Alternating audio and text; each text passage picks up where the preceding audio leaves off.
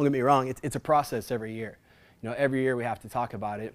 But the nice thing about it is this has developed, it's evolved really too, as far as now when we talk about it, we're talking about our guys that are graduated now. We have guys that work for Wells Fargo, and whatever, they're teaching and whatever. Well, it's the same idea. It's the same lifestyle. It's the same championship lifestyle. I have guys now, they have kids, they're getting married. Makes me feel old, but these guys are like moving on and doing things, and it's like, okay, this still applies. This is the rest of your life. So again, this was our philosophy, and really the philosophy and the expectations, hopefully those are the things that kind of drive your vision. So let's see here. So basically for me, one thing that is important is, I mentioned this, I tell our recruits this when they come visit. And so when a guy comes to visit Grandview and we talk about what's it going to be like, I don't do a lot of selling about our program. I hardly ever talk about how many titles we've won or how many matches we've won or our dual record or anything like that. I spend most of the time talking about living a championship lifestyle, the expectations when it comes to competing, and I just want to know if that's something that they can buy into.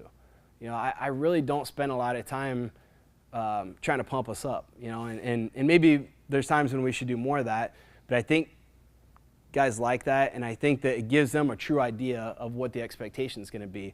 But at the same time, hopefully we're developing the culture right away, and so that goes back to I mentioned this, just talking about it all the time. I think just in general, these kids, they probably have to hear things 1,000 times before they get it.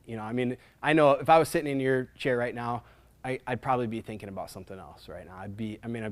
I'm as attention deficit as it comes. And so I'm sure you guys are thinking about where we're going to go eat dinner and drink beer tonight. It's cool. I'll stick around. I'll hang out.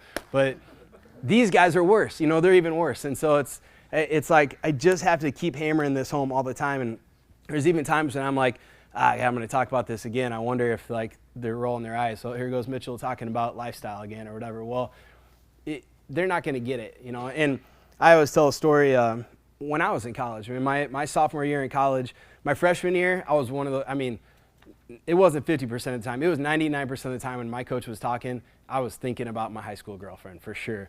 And so I was not listening, and it showed. My definitely was not a championship lifestyle that year. My sophomore year, somewhere along that first month of the season, my coach was talking, and he said something about, when you don't feel like doing something, you just do it anyway. And it clicked for me that day. I don't know why, I just heard it that time, and for some reason, I guarantee he'd said it 20 other times. And just for some reason that day I heard it, and I was like, man, that's so important. If I don't feel like doing something, I'm just gonna do it. And all of a sudden I just started doing my homework. It was amazing. Wow, my grades are good because I'm doing homework. I'd get extra workouts in, and so things totally changed for me as far as wrestling went in school. And I told him that after I graduated. I didn't even tell him that until I was coaching with him. It was probably 2 years after I started coaching with him. And it was a lesson for him too, because he didn't know what the turning point was. And I just told him about that one day. And because of that, he started talking about that a lot more after I told him. But it was a reminder for him just to keep repeating things over and over and over. And I think that's something when you're talking about culture is, just driving home that message all the time.